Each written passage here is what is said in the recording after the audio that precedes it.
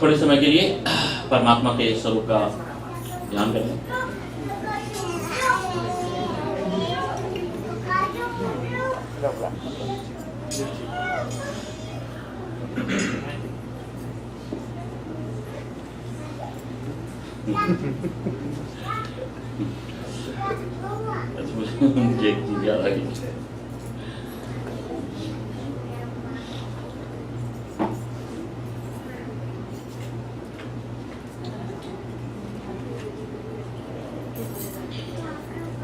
हरि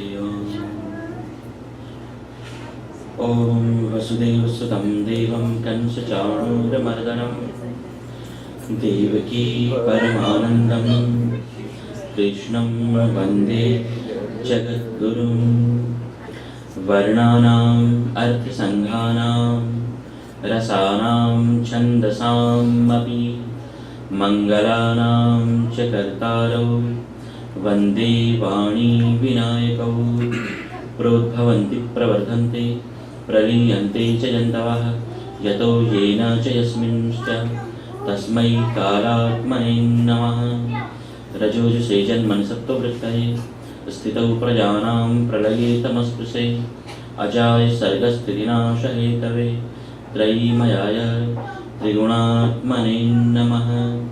शान्ताकारं भुजगशयनं पद्मनाभं सुरेशं विश्वाधारं गगनसदृशं मेघवर्णं शुभांगं लक्ष्मीकान्तं कमलनयनं योगिविरध्यानगम्यं वन्दे विष्णुं भवभयहरं सर्वलोकैकनाथम्।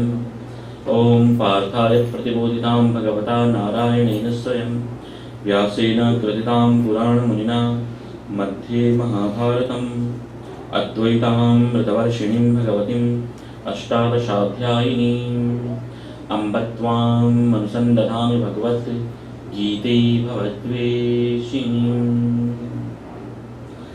कल की भांति आज भी अपने मन बुद्धि वाणी विचार तथा अपने जीवन को और भी अत्यधिक पवित्र बनाने के लिए कुछ मंत्रों का उच्चारण करेंगे।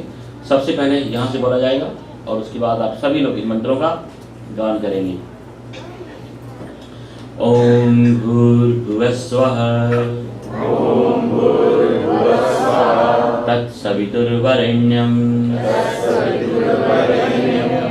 भर्गो देवस्य धीमहि धियो यो नः प्रचोदयात् ईशावास्यम् इदं सर्वं यत्किंच जगत्यां जगत् तेन त्यक्तेन भुञ्जीथा मा गृधः कस्य स्विद्धनम्। ॐ त्र्यम्बकं यजामहे सुगन्धिं पुष्टिवर्धनम् उर्वारुकमिव बन्धनान् मृत्योर्मुक्षीय मामृतात्। देखो इन मंत्रों में इतनी शक्ति है कि इन मंत्रों के उच्चारण मात्र से, बोलने मात्र से व्यक्ति के जो पाप है ना वो सब निकलने लग जाते हैं, भागने लग जाते हैं। लेकिन आपको पता है कि वो पाप निकल करके कहाँ जाते हैं? जो लोग नहीं बोलते हैं, कम बोलते हैं, बोलने में आलस्य करते हैं, उनके अंदर चले जाते हैं। इसलिए बहुत अच्छी तरह से मस्ती से बोलो और आपके बोलने का जो लेवल है वो होना चाहिए जो आपके घर में फाइट करने का लेवल होता है स्वर का, ऐसे करके। अद्वेष्टा, इतना धीरे से घर में लड़ते हो, अच्छी बात है। सर्वभूतानां मैत्रः करुण एव च निर्ममो निरहंकारः समदुःख सुखक्षमी संतुष्टः सततं योगी यतात्मा दृढ़निश्चयः मय्यर्पित मनोबुद्धिः यो मद्भक्तः स मे प्रियः कर्मण्येवाधिकारस्ते मा फलेषु कदाचन मा कर्मफल हेतुर्भुः मा ते संगोस्त्वकर्मणि कार्पण्यदोषो महतः स्वभावः पृच्छामि त्वां धर्म सम्मूढचेता यच्छ्रेयः स्यान् निश्चितं ब्रूहि तन्मे शिष्यस्तेऽहं शाधि मां त्वां प्रपन्नम् सर्वधर्मान् परित्यज्य मामेकं शरणं व्रज अहं त्वा सर्वपापेभ्यो मोक्षयिष्यामि मा शुचः। ॐ विश्वानि देव सवितुर्दुरितानि परासुवा यद्भद्रं तन्न आसुवा। ॐ वंशभूषितकरान् नवनीताभात् पीताम्बरात् तरुणबिम्बफलात् धर्मष्ठात् पूर्णेन्दु सुन्दरमुखात् अरविन्दनेत्रात् कृष्णात् परं किमपि तत्त्वमहं न जाने। अनंत कोटि ब्रह्मांड नायक परमात्मा के चरण कमलों में कोटिशः नमन निवेदन तथा आप सब यहाँ पर एकत्रित दूर दूर से धर्म प्रेमी सज्जनों महानुभावों जो कि आप लोग इतने व्यस्ततम अपने जीवन में से समय निकाल करके आप लोग यहाँ पर भगवत गीता के सत्संगार्थ यहाँ पर पहुँच पाए। हमारे शास्त्रों में सत्संग की इतनी महिमा है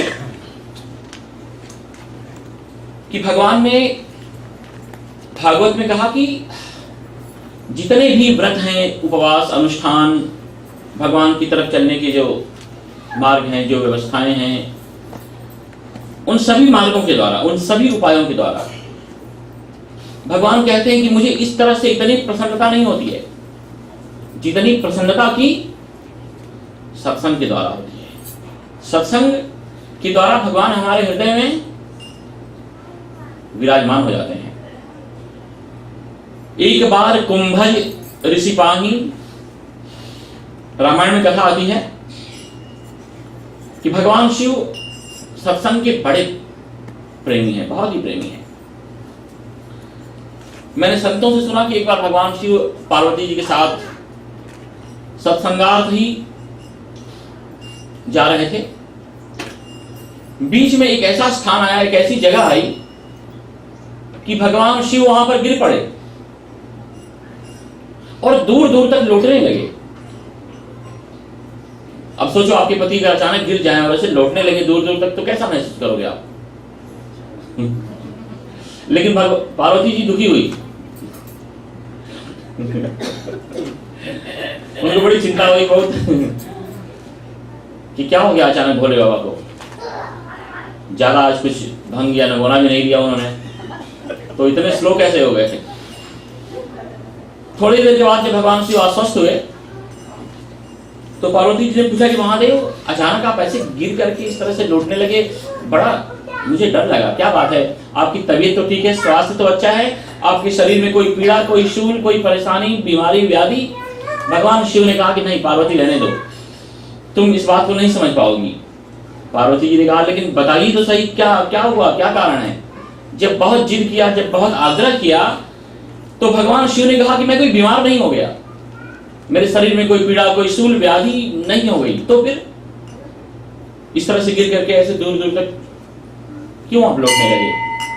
भगवान शिव कहते हैं पार्वती, इस स्थान पर आज से 10,000 साल पहले सत्संग हुआ था और उसकी वजह से यहाँ के परमाणु, यहाँ की धूली, यहाँ के एक एक धूली कण इतने पावन हैं, इतने पवित्र हैं कि बस इस धूली में लौट करके मैं अपने आप को आह्लादित कर रहा था, अपने आप को आनंदित कर रहा था, अपने आप को पावन कर रहा था। और पार्वती तुम भी इसकी धूली को, इसकी माटी को अपने माथे से लगाओ। और पार्वती जी ने बड़ी श्रद्धा के साथ उस माटी को लेकर के अपने माथे से लगाया और फिर दोनों ही भगवान का गुण गान करते करते आगे की तरफ निकल पड़े। थोड़ी दूर गए होंगे और आगे कि अचानक एक स्थान ऐसा आया कि फिर वैसे ही भगवान शिव गिर पड़े और दूर दूर ऐसे ही बस वहां की भूमि में, माटी में लौटने लगे। तो पार्वती जी ने समझ लिया कि यहाँ पर कुछ 15,000 साल पहले सत्संग हुआ होगा। तो जब भगवान शिव अस्वस्थ होकर के बैठे तो पार्वती जी ने क्या कहा कि भगवान यहाँ पर कितने हजार साल पहले सत्संग हुआ था? भगवान शिव ने कहा कि तुम स्त्रियों की यही परेशानी है, नहीं समझ पाओगे तुम। तो भगवान ने कहा कि लेकिन बताइए तो सही। भगवान शिव कहते हैं पार्वती, यहां पर आने वाले समय में 10,000 साल पूर्व सत्संग होने वाला है और उसके वजह से यहाँ का परमाणु, यहाँ का एनवायरमेंट, यहाँ का वातावरण अत्यंत पुनीत, पावन और पवित्र हो रहा है। तो इतनी महिमा है सत्संग की हमारे शास्त्रों में कि सत्संग के द्वारा व्यक्ति अपने जीवन में कुछ भी प्राप्त कर सकता है, कुछ भी प्राप्त कर सकता है। भागवत के प्रारंभ में ही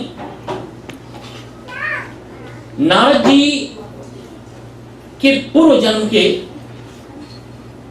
जीवन का वृत्तांत है। समय बहुत कम है, ये कथाएं इतनी महत्वपूर्ण है, इतनी अद्भुत है कि बस न पूछो, इसलिए कथा में नहीं जाते। और सत्संग भी अगर भगवत गीता का हो, क्योंकि भगवत गीता जो है परमात्मा की वह वाणी है, परमात्मा का, भगवान का वह वचन है कि भगवान स्वयं अपने श्रीमुख से जिस शास्त्र की इतनी प्रशंसा करते हो। भगवान ने कहा कि गीता में हृदयम पार्थ, हे पार्थ भगवत गीता ये मेरा हृदय है। और अगर किसी व्यक्ति का हृदय आप जीत लो तो उसके बाद क्या बचता है, क्या रह जाता है? तो भगवत गीता जो है बहुत विलक्षण अलौकिक शास्त्र है, जिसके लिए भगवान ने कहा कि गीता में च उत्तमम गृहम, गीता ज्ञानम उपाश्रित्य त्रीन लोकान पालयाम्यहम्। गीता के ज्ञान का आश्रय लेकर के भगवान कहते हैं कि मैं तीनों लोकों का पालन करता हूं। एक क्षण के लिए सोचो, कल्पना करो कि कोई व्यक्ति आपके पास आए और आकर के एक तरफ वहां आपके समक्ष, आपके सामने चांदी का ढेर लगा दे और दूसरी तरफ जो है लोहे का ढेर लगा दे और आपसे कहे कि दोनों में से कोई एक चुनो, तो आप लोग किसको चुनोगे? लेकिन बाद में वो ये कहे कि इस लोहे के साथ साथ एक एक पारस मणि भी दी जाएगी, फिर तो देखो ऐसे ही हमारा जो जीवन है ना वो लोहे की तरह है। अगर यूं ही पड़ा रह जाएगा तो कोई बहुत ज्यादा मूल्यवान नहीं है, जंग लग जाएगा, खत्म हो जाएगा। लेकिन भगवत गीता, ये शास्त्र, ये सत्संग, परमात्मा का नाम संकीर्तन, भगवान की जो वाणी है इसका श्रवण, इसको जीवन में जीने का थोड़ा थोड़ा प्रयास, ये सब पारस पत्थर की तरह है, पारस मणि की तरह है। अगर इनके साथ हमारे जीवन का संसर्ग हो जाए तो हमारा जीवन भी इतना मूल्यवान हो जाता है कि जिसका कोई मूल्य नहीं लगा सकता है। भगवत गीता में कुल 18 अध्याय हैं, 700 श्लोक हैं। हर मंत्र, हर श्लोक हमारे जीवन को पूर्ण बनाने के लिए, हमारे जीवन को कंप्लीट बनाने के लिए अपने आप में पर्याप्त है। किस तरह से जीवन में बाहर से कुछ भी बदले बिना, कुछ भी छोड़े बिना, कुछ भी त्यागे बिना, जिस जगह पर हैं, जिस स्थान पर हैं, जिस सिचुएशन, हालात, कंडीशन, परिस्थिति में हैं, जिन लोगों के संग में हैं, उनके साथ ही रह करके प्रत्येक व्यक्ति चाहे तो भगवत गीता के सिद्धांत के अनुसार थोड़ा सा जीवन जी करके और भगवान को, ईश्वर तत्व को इसी जीवन में प्राप्त कर सकता है। परमात्मा की वाणी की इतनी महिमा है। अर्जुन ने भगवान से कुल 28 क्वेश्चन पूछे, 28 प्रश्न पूछे। सारे के सारे प्रश्न लगता है हमारे अपने जीवन के प्रश्न हैं, हमारी आत्मा के प्रश्न हैं, हमारे मन के प्रश्न हैं। और हमारे जीवन में जितनी भी समस्याएं हो सकती हैं, जितनी भी परेशानियां आ सकती हैं, जितनी भी कठिनाइयां आ सकती हैं, जैसे भगवान उन सारी की सारी समस्याओं को देखते हुए और उनका जो समाधान है परमात्मा ने इस शास्त्र में रख दिया है। ईश्वर तत्व के पाने के 3 राजमार्ग भगवान ने बताए, जो मैं कल आप लोगों से बता रहा था, कर्म का मार्ग। क्योंकि प्रकृति ने देखो हमें हाथ दिया है, तो इस हाथ के द्वारा कर्म करके हम भगवान को पा सकते हैं। लेकिन कर्म किस तरह से करना है भगवान ने इसकी विद्या भगवत गीता में बताई है। परमात्मा ने, प्रकृति ने हमें हृदय दिया है। अब इस हृदय से प्रेम करके, केवल भगवान को प्रेम करके, और अगर ऐसी अंडरस्टैंडिंग आ जाए कि ये संसार भी हमारा नहीं, हमारे लिए नहीं, भगवान का है, तो संसार से प्रेम करने में भी कोई हर्ज नहीं है। कठिनाई तभी है जब किसी चीज को हम अपने लिए मानते हैं, मेरा मानते हैं, वहां पर फिर बीमारियां शुरू हो जाती हैं। तो भगवान ने प्रेम करने की विद्या बताई। भगवान ने परमात्मा की भक्ति का विज्ञान बताया। प्रकृति ने देखो हमें मस्तिष्क दिया है, मतलब ज्ञान की पूरी भगवान ने संभावना हमें दी है। इस ज्ञान के द्वारा अपने आप को जान करके, परमात्मा को जान करके, इस संसार को जान करके, संसार का ये जो आकर्षण है, जो अट्रैक्शन है, जो प्रतिदिन इसमें हम घसीटे जा रहे हैं, मारे जा रहे हैं, उनको पहचान करके और व्यक्ति उनसे मुक्त हो सकता है। देखो हमारे जीवन में दुखों के, कठिनाइयों के, प्रॉब्लम, मुसीबत, परेशानियों का एकमात्र एक ही कारण है, और वो है हमारी अज्ञानता, इग्नोरेंस।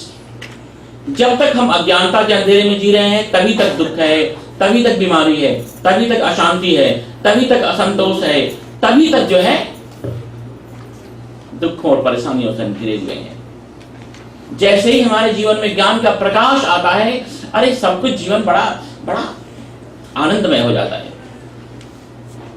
इतनी मस्ती आती है जीवन में कि मैं तो भगवत गीता के एक सिद्धांत के अनुसार अपने जीवन को जीने का प्रयास करता हूं, कोशिश करता हूं। लगता है भगवान जैसी कोई चीज दुनिया में है। थोड़ा सा भगवान के शर्तों के अनुसार जीवन जियो, और फिर देखो कि किस तरह से भगवान अपने होनेपन की प्रतीति, अनुभूति आपको करवाते हैं। संसार तो आज है, कल नहीं है। संसार कभी भी हमारा हुआ नहीं, था नहीं और होने वाला नहीं है। भगवान सदा से हमारे थे, आज भी हैं और कल भी रहेंगे। तो देखो जो चीज हमारी कभी हो नहीं सकती है, संसार मिल भी जाए ना तो भी वो पीड़ा ही देगा। संसार नहीं मिले तो भी पीड़ादायक ही है। एक बार कहते हैं जवाहरलाल नेहरू, भारत में एक पागलखाना है रांची का, पता नहीं कितना सच है ये मुझे पता नहीं, लेकिन बात बहुत काम की है। वो देखने के लिए गए तो जो पागलखाने का जो हेड व्यक्ति था वो उनको सब घुमा रहा था, दिखा रहा था। तो देखा एक पागल जो है वो अपने कमरे में बेचारा ऐसे बेचैन होकर के घूम रहा है और ऐसे सरोज सरोज सरोज सरोज सरोज ऐसे चिल्ला रहा है। तो जो देखने वाले थे उन्होंने कहा कि ऐसा क्यों चिल्ला रहा है ये। तो उस जेल के पागलखाने के हेड ने कहा कि एक सरोज नाम की लड़की से इसको प्रेम हो गया था और उससे इसकी शादी नहीं हो पाई, इसलिए ये पागल हो गया। कहा कि वो दुख की बात है। फिर इसे देखते देखते आगे बढ़े, कुछ दूर जाने के बाद एक ऐसा ही और भी कक्ष था, वहां भी एक व्यक्ति ऐसा ही बस चिल्ला रहा था सरोज सरोज सरोज। कहा कि ये क्यों, इसे क्या परेशानी है। तो उस सरोज से इसकी शादी हो गई ये इसलिए पागल हो गया। तो संसार की जितनी भी चीजें हैं, जितनी भी वस्तुएं हैं, जितने भी पदार्थ हैं, जितने भी हालात है ना, वो सब ऐसे ही हैं, सब ऐसे ही हैं। देखो संसार का जो सुख है केवल जस्ट लाइक वो एल्यूजन है, केवल एल्यूजन है, उससे ज्यादा कुछ नहीं है। केवल यहाँ पर सुख की प्रतीति है, अनुभूति आज तक किसी की भी नहीं है। यहाँ पर लगता है कि हमारे मन मुताबिक कुछ ऐसा हो जाएगा तो हम सुखी हो जाएंगे, ये मिल जाएगा तो हम सुखी हो जाएंगे, ऐसा कुछ हो गया तो फिर हम बस उसके बाद मेरी तरह कौन होगा। लेकिन सब कुछ होने के बाद भी लगता है कुछ बात नहीं है, कुछ बनी नहीं। संसार का अट्रैक्शन, संसार का आकर्षण, संसार की सुंदरता, संसार की ब्यूटी तभी तक है जब तक वो चीज आपको नहीं मिली है। एक बार वो मिल जाए ना तो लगता है क्या रे। देखो शादी के पहले क्या लगता था, तो कोई भी चीज आपको आकर्षित कर रही है, इसका मतलब ये कि अभी आप उसके बारे में अच्छी तरह से जानते नहीं हो। देखो जिसको भी आप सुख कहते हो ना संसार में, केवल थोड़ी सी उसकी टाइमिंग आप लंबी कर दो, वही चीज दुख में बदल जाएगी। हम सभी लोगों की जो सर्चिंग है, हम सभी लोगों की जो खोज चल रही है संसार में भी, पदार्थों में भी, अल्टीमेट तो परमात्मा की सर्चिंग है। नहीं तो संसार के भोग, संसार की उपलब्धियां हमें इस तरह से बोर नहीं करते थे। जिस तरह से किसी चीज के पीछे हमारा मन पागल होता है, मिलने के बाद लगता है, क्योंकि वास्तव में जो चीज हमें चाहिए थी वो चीज उसमें प्रतीत हो रही थी, दिखाई पड़ रही थी, लेकिन वो हमें मिली नहीं। तो कैसे अपने जीवन में हम कंप्लीशन को प्राप्त करें, भगवान ने इसी की विद्या भगवद गीता में बताई है। एक श्लोक आज मुझे कह रहा है, बोल रहा है कि मैं उसके ऊपर प्रकाश डालूं। बड़ा सुंदर वो मंत्र है, एक बार उसको हम लोग गुनगुना लेते हैं।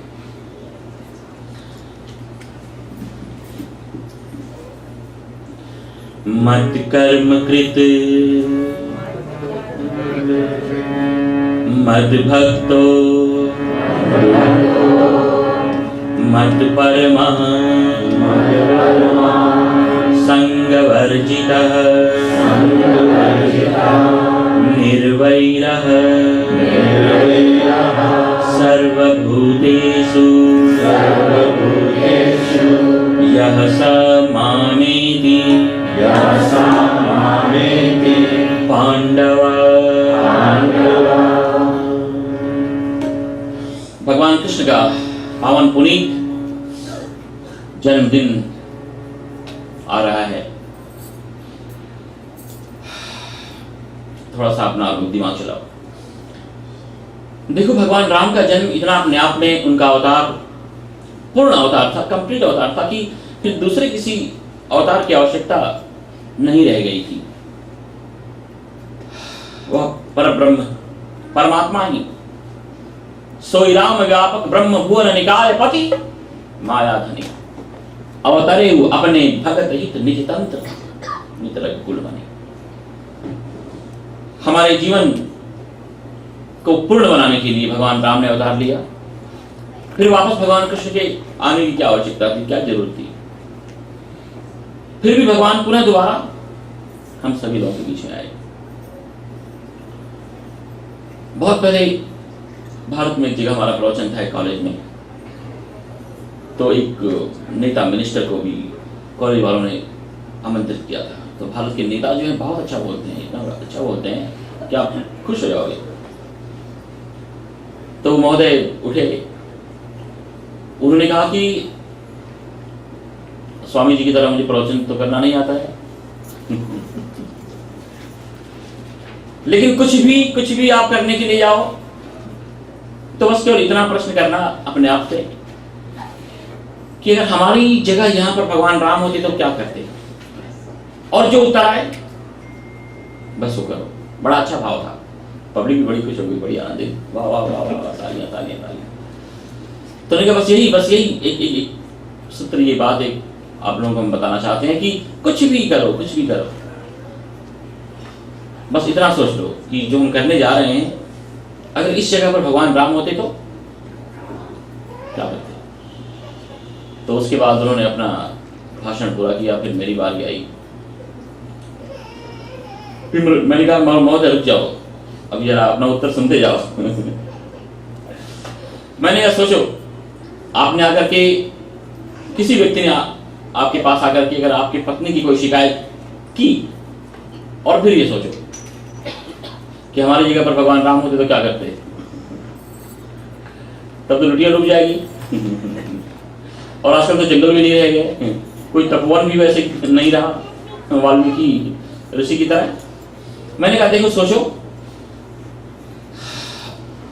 भगवान राम को हम लोग 50% नहीं 100% नहीं जी सकते हैं, क्योंकि भगवान राम का जो अवतार है ना, वो नीति प्रधान अवतार है। रघुकुल रीति सदा चली आई, प्राण जाए पर वचन। भगवान राम का जो अवतार है वो बड़ा अनुशासन, सिद्धांत वाला, डिसिप्लिन वाला, संयम वाला अवतार है। और 100% केवल मर्यादा, केवल अनुशासन, केवल डिसिप्लिन, केवल गंभीरता, केवल शांति, ये बड़ा मुश्किल है। लेकिन भगवान कृष्ण का जो अवतार है वो नीति प्रधान अवतार नहीं है, वो प्रीति प्रधान अवतार है, प्रेम प्रधान अवतार है। भगवान राम शायद प्राण दे देंगे लेकिन नीति को नहीं जाने देंगे, लेकिन भगवान कृष्ण प्रीति को बचाने के लिए 5000 नीतियों को एक तरफ उठा करके फेंक देंगे, पटक देंगे। तो जीवन में 100% बड़ा मुश्किल है भगवान राम को जीना, लेकिन भगवान कृष्ण को भी 100% जीना बड़ा मुश्किल है, बहुत कठिनाई हो जाएगी। क्योंकि इतना प्रेम, इतनी चंचलता, इतनी मस्ती, इतनी आवारगी, इतनी बहुत कठिन है।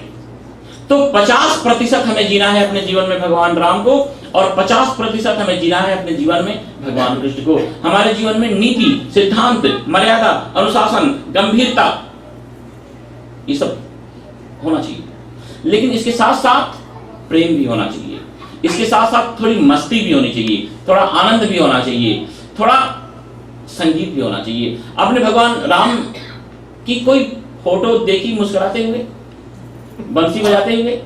नहीं, एकदम बिल्कुल मर्यादा के साथ। भगवान राम के दरबार में सबका प्रवेश नहीं है, कोई चोर नहीं जा सकता है, इतना एकदम बिल्कुल। लेकिन भगवान कृष्ण का अवतार ऐसा हुआ कि जैसे वो ऑर्केस्ट्रा होता है ना, हर सुर उसमें से निकल रहे हैं, हर स्वर उसमें से निकल रहा है। भगवान कृष्ण का अवतार ऐसा है कि एक नृत्यकार भी भगवान कृष्ण की पूजा करता है क्योंकि उन्होंने नृत्य भी किया है। एक योगी भी भगवान कृष्ण की पूजा करता है क्योंकि वो योगेश्वर है। ज्ञानी भी भगवान की पूजा करता है क्योंकि महाज्ञानी है। एक चोर भी भगवान की पूजा करता है क्योंकि उन्होंने चोरी भी किया है।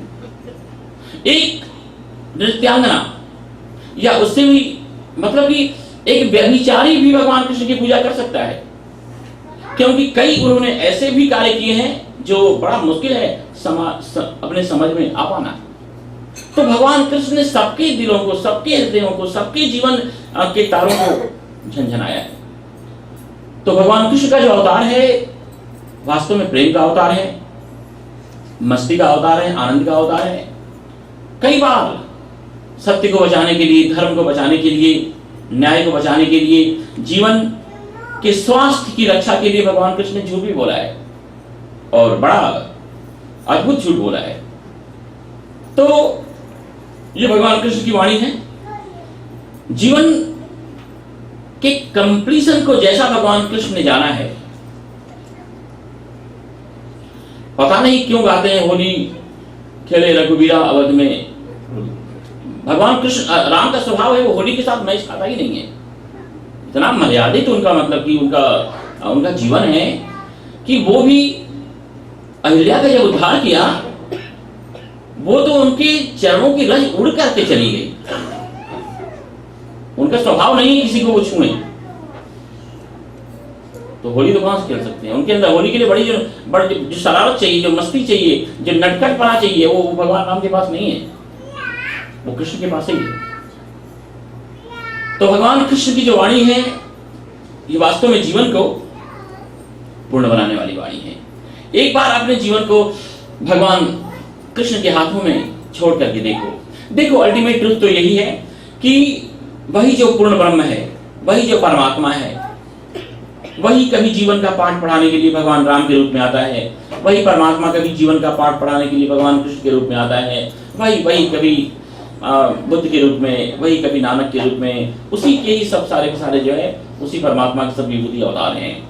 लेकिन किस तरह से उनके जीवन के उन सिद्धांतों को, उस संदेश को जी करके अपने जीवन को हम उनके नजदीक ले जा सकें, बस यही हमारे जीवन का वास्तव में प्रयोजन है। तो भगवान कहते हैं कि जो भी व्यक्ति इन 5 सिद्धांतों को अपने जीवन में जीता है, भगवान ने कहा कि ये अर्जुन, वह व्यक्ति निसंदेह निश्चित रूप से मुझे ही प्राप्त करता है। एक बार ये आजमा करके देखो। केवल भगवान ही हमारी परीक्षा लेते रहे, भगवान ही हमें आजमाते रहे, ये तो बहुत अच्छी बात नहीं है। कभी आप भी भगवान को आजमाओ। मैंने बहुत बार भगवान को आजमाया है और हर बार भगवान 1000% खरे उतरे हैं। लगता है भगवान जैसी कोई चीज है। एक बार हम अफ्रीका में थे, 10-15 साल पहले घटना है। मुझे नैरोबी से जाना था मोम्बासा। तो कई जो भगवान के डिवोटीज लोग थे, सबने कहा कि स्वामी जी कैसे आप जाना चाहोगे, प्लेन से या फिर बाई रोड आप ले चले या कैसे। मैंने कहा कि नहीं, मुझे ट्रेन में जाना है और कोई बात नहीं, कुछ आप लोग यहाँ बैठा दो और वहाँ पर जिनके हम जा रहे हैं वो मिला आकर के वहाँ पर मुझे लेंगे। तो सबने कहा अच्छा ठीक है। तो उन्होंने कहा ठीक है, हम उनको फ़ोन कर देते हैं। हमने कहा नहीं अभी फ़ोन मत करो, बस केवल उनको इन्फॉर्म है तो काफ़ी है, हम वहाँ पहुँच करके उनको हम कॉल कर लेंगे, क्योंकि हो सकता है ट्रेन कभी देर में पहुँचे, पहले पहुँचे। तो मॉर्निंग में ट्रेन 4 बजे पहुँचने वाली थी, तो उनका 3-4 घंटे खराब होगा। इससे अच्छा हम पहुँच करके फ़ोन कर लेंगे तो उनका समय ज़्यादा खराब नहीं होगा। तो लोगों ने कहा अच्छा ठीक है। तो हम वहाँ से निकल के रात में 10 बजे लोगों ने मुझे ट्रेन में बैठाया और जब हम वहाँ पहुँचे 3:30 बजे 4 बजे, तो लापरवाही, प्रमाद, मिस्टेक, वो जो एड्रेस था वो वही ब्रह्मपुर गए थे और एकदम बिल्कुल न कोई भाषा का ज्ञान और सब वही अफ्रीकन लोग। अब जाकर के मैं वहाँ पर उतरा, कोई इंडियन दिखाई नहीं पड़ता था। इंडिया में होता तो कुछ भी कर सकता था, लेकिन वहाँ तो सारे के सारे। तो मैंने कहा चलो ये तो देश है कृष्ण लोगों का, सारे के सारे कृष्ण ही कृष्ण वहाँ दिखाई पड़ रहे थे। तो हमने कहा देखा जो होगा देखा जाएगा। तो एक तरफ हम खड़े रहे। एक बार तो ऐसा लगा कि नहीं ऐसा भी नहीं करना चाहिए था, भले 3-4 घंटा उनका खराब होता, कम से कम आने के बाद यहाँ मिलते तो सही। भगवान ने गीता में कहा है कि उनको जो लोग अतिशय प्रिय हैं, अतिशय जो लोग भगवान को अच्छे लगते हैं ना, भगवान ने उसकी लिस्ट दी है। भगवान ने कहा कि जो व्यक्ति किसी को तिल मात्र भी डिस्टर्ब नहीं करता है, थोड़ा भी जो किसी को डिस्टर्ब नहीं करता है, भगवान ने कहा वो पूजा करे ना करे, मंदिर जाए ना जाए, तीर्थों में जाए ना जाए, वो मुझे प्रिय है। वह व्यक्ति मुझे प्रिय है